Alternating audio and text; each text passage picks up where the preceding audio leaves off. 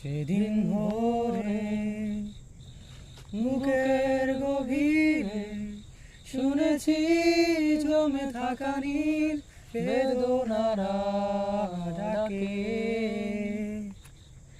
এই শহরে ইটের পাহাড়ে ছিল না কেউ যে দেওয়ার প্রেরণা।